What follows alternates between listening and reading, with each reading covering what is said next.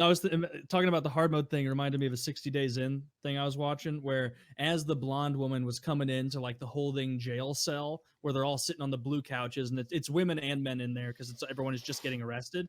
And this guy, this like tall, lanky white guy, the blonde woman is sitting there with the body language of like so stressed out, so worried. And he comes in like chitting and chatting with everyone. This is just a Thursday for him. He's back in jail. Scars all over his face from the amount of meth he's done picking at it. Skinny, lanky white guy.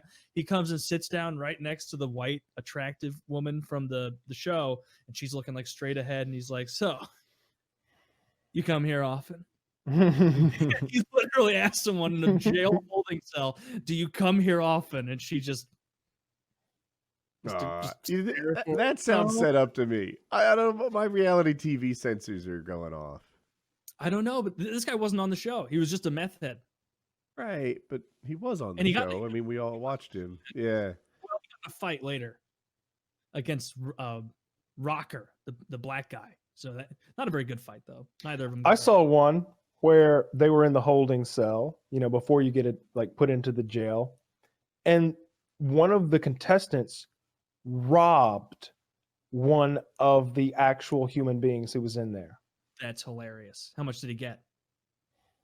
Anything? Just $20. Like the guy was, the issue was like this guy was in there and he was really drunk, this white guy, and he's holding up a wad of money and he's like showing it off. He's like, I got $537.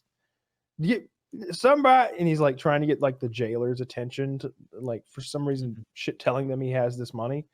And the guy's like, let me hold it. Let me hold it. I just want to hold it. I just want to count it for you. And he's like, no.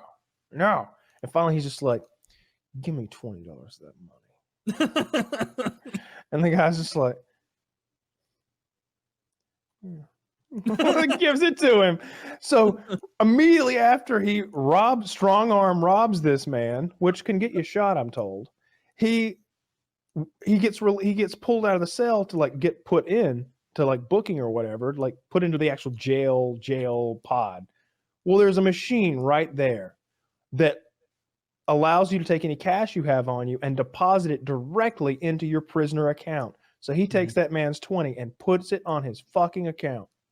What a cool guy. What season's that? I want to watch that one next. That's our guy who did that? I got a little... That's our guy. Yeah, the guy on the show. He's a badass. He's a ex-prison guard or something like that. Big, strong black guy. Just alphas everybody.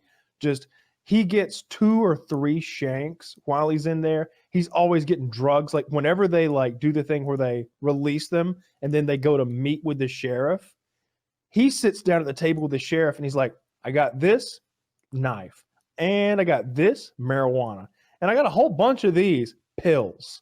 He's like, he's had them on him, smuggled them out of jail, carried them down the highway, and brought them right into the sheriff's office. And he's like, here, I got a knife, I got marijuana, I got pills. Like he was constantly, because they trusted him. He acted like a fucking prisoner. He's the one I told you guys the story about where he punked another prisoner so bad the prisoner asked to leave the unit. He told the guy that the guy owed him like 2 noodles, like ramen noodles, and couldn't pay. So he was like, all right, give me your clothes. Give me your pants, give me your shoes, give me your shirt, took everything the man had. He's standing there in his underwear and t-shirt, just terrified. And he goes to the guard, he's like, I got to roll out of this unit. I can't be in this unit. And our guy is distributing the clothes he's stolen from the man to his homies. He's like, hey, who wants a big shirt? Here. Who wants a big shirt? Who wants an extra pair of green fucking pants? Here you go. Who wants some orange flip-flops? Here you go. Like, just gives his shit away. One of my prison survival strategies is not to get into debt. Just don't. Like hopefully you have a job in there and you make some kind of money and you live within your means. Just stay out of debt. My God, you get butt fucked. Perhaps literally, perhaps figuratively. Just stay out of it. Like all these people, like they get ramen noodles and can't pay it back, and now the guy's ruined. Yeah, now you're getting you raped. didn't see that coming? People like bet money they don't have, and now they have to pay it by Friday under threat of like severe violence, just fucking don't go in debt, asshole. They give Yeah. you all you need to survive for free. And the extra stuff is about comfort. Just fucking stay out of debt. One guy owed so much that he couldn't eat anymore. He owed them his lunch trays. The So like trays. lunch came, he'd get his lunch tray, he'd turn around and there's a guy waiting on him. Come on, take the lunch tray from him. And like he wasn't a contestant. He was just a fucking, He was just a guy. he was just a poor prisoner. And one of the contestants tells him, he's like, dude, how much do you owe? Because clearly this man can't figure out math or he wouldn't be in the situation. He's like, how much do you owe? And he tells him, he's like, all right, well, look, just only eat breakfast for the next 6 days and you'll be out of debt. But if you string this out where you give him one tray a day, he's going to kill you because they're adding interest on it. It doesn't work out. This is going to last months. You got to just, it's easy. He's like, I don't eat. And he didn't either. It was so weird. This one guy like ran his own store, one of the plants, one of the contestants. He ran a store where he like had tons of commissary and he would loan commissary out and get it back with interest. And all he ate while he was in there was like peanut butter. Like he would just eat a little peanut butter all the time. And then, you know, that stuff's super calorie dense. So like a jar of peanut butter would last him like 3 days or something like that. And so he just needed a couple of jars a month. And all of it, he sold every tray he got. All of his lunch trays, he sold or traded for like commissary items. And then he'd have more commissary items. And then he could. Bet that guy left with dozens of dollars. He gave all of his stuff away. Almost enough to pay for the Uber back home. Right? Like, what's the end game in here? Like prison money. It raised so small.